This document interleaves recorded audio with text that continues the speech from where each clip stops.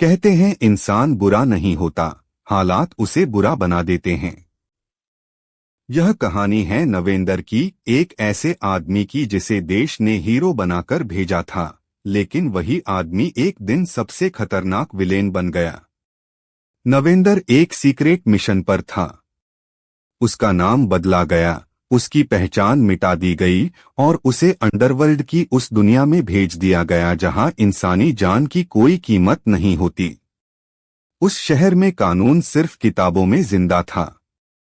सड़कों पर डर चलता था और डर का मालिक अंडरवर्ल्ड था। नवेंद्र को जिंदा रहने के लिए उन्हीं लोगों जैसा बनना पड़ा। उसने वही भाषा सीखी, वही नियम माने और वही रास्ता अपनाया। शुरुआत में उसने खुद से कहा कि यह सब सिर्फ मिशन के लिए है, लेकिन हर गोली के साथ उसका दिल और सख्त होता गया। धीरे धीरे उसका नाम फैलने लगा। लोग उसे देखकर रास्ता बदलने लगे। दुश्मन उसे इंसान नहीं, तबाही समझने लगे। अब वह सिर्फ अपराधियों से नहीं लड़ रहा था, वह खुद एक खौफ बन चुका था। जो आदमी अपराध खत्म करने आया था, वही अपराध का सबसे डरावना चेहरा बन गया।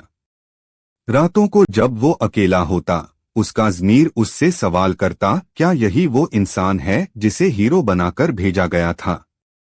या फिर वो वही बन चुका है जिसे खत्म करने की कसम खाई थी? लेकिन अब लौटने का रास्ता नहीं बचा था। अंधेरे में बहुत देर तक रहने के बाद अंधेरा उसे अपना मान चुका था। अंत में जब सच्चाई सामने आती है तो दोस्त और दुश्मन का फर्क मिट जाता है।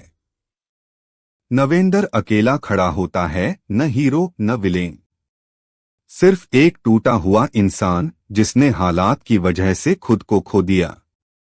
यह कहानी हमें यही सिखाती है कि अगर इंसान बहुत देर तक बुराई से लड़ता रहे तो एक दिन वही बुराई उसका चेहरा बन जाती है। अब सवाल सिर्फ इतना है, असली विलेन कौन था?